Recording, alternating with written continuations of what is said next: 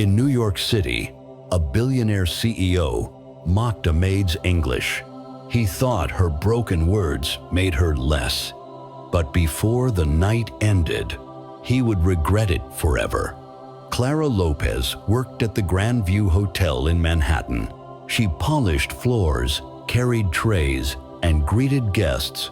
Her English was broken, but her kindness was fluent. Every day, she whispered to herself, "One day, my voice will be heard." One evening, the hotel prepared for an exclusive gala. Wealthy businessmen arrived in black cars, their laughter echoing in the marble lobby. And then came Richard Blake, a billionaire CEO, tall, sharp suit, voice dripping with pride. He glanced at Clara, carrying glasses, and sneered. "Can't you even speak properly? This is America.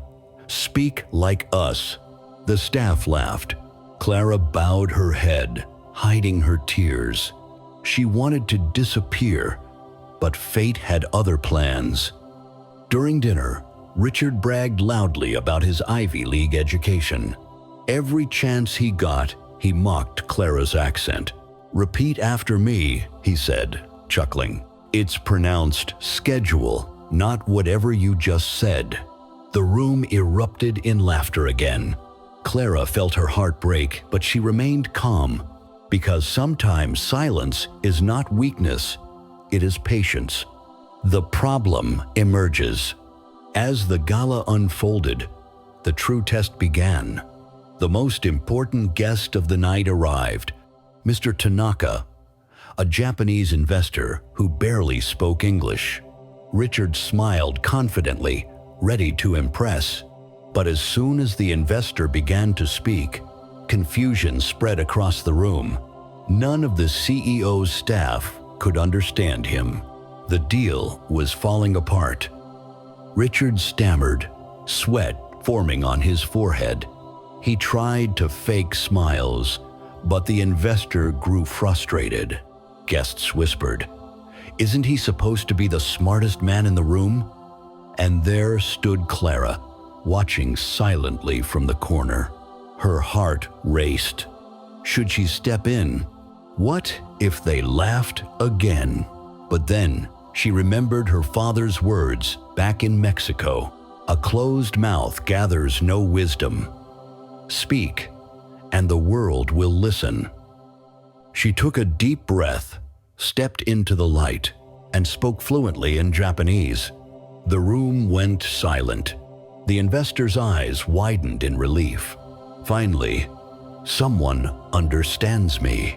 Gasps filled the hall. This was the same maid Richard mocked minutes earlier. But Clara wasn't finished. When a French guest joined the table, she switched to French effortlessly. Then Spanish. Then Italian. Languages rolled off her tongue like poetry. The staff froze.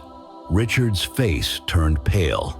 Respect every tongue, for wisdom is not dressed in grammar.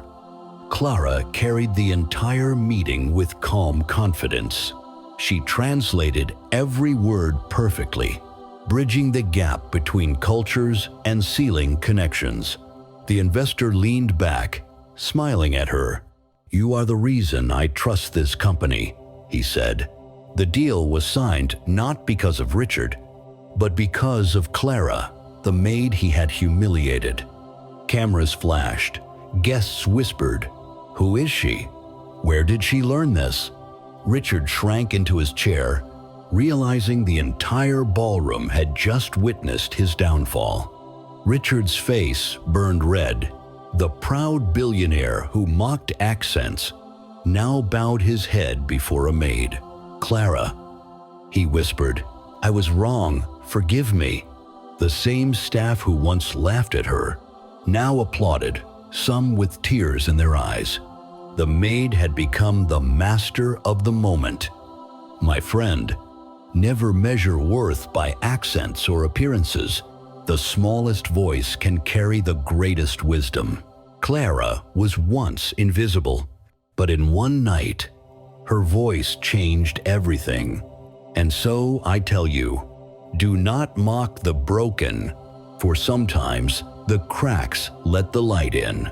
Share this story someone you know needs this reminder tonight. And if you believe respect is richer than wealth, subscribe for more stories like this. Till next time, bye.